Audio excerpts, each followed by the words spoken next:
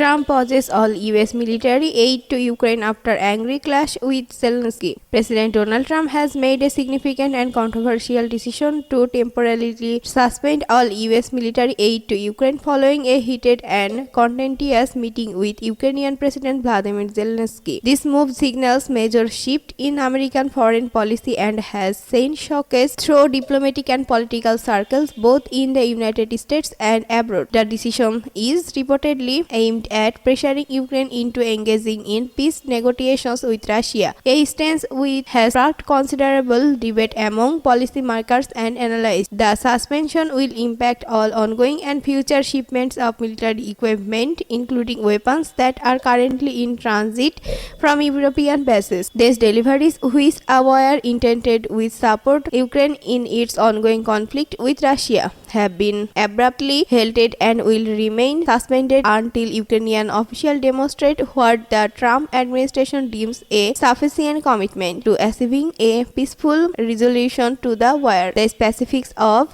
what this commitment entails remain unclear, but the suspension suggests a headline approach by Trump, who has previously been critical of US involvement in the conflict. This decision has drawn sharp criticism from members of Congress, particularly from lawmakers who have been strong advocates of supporting Ukraine against Russian aggression. Many critics have labeled the move as reckless, with some going so far as to describe it as an act of extortion. They argue that cutting off military aid at such a critical juncture could weaken Ukraine's defensive capabilities, embolden Russian advances, and ultimately lead to greater instability in the region. The announcement has also raised concerns among Ukrainian leaders, who have relied heavily on American military assistance to bolster their defenses against Russia. Without this aid to make concession, the negotiations with Moscow that they otherwise would not have considered. The broader international community is watching closely, as this decision could have far-reaching consequences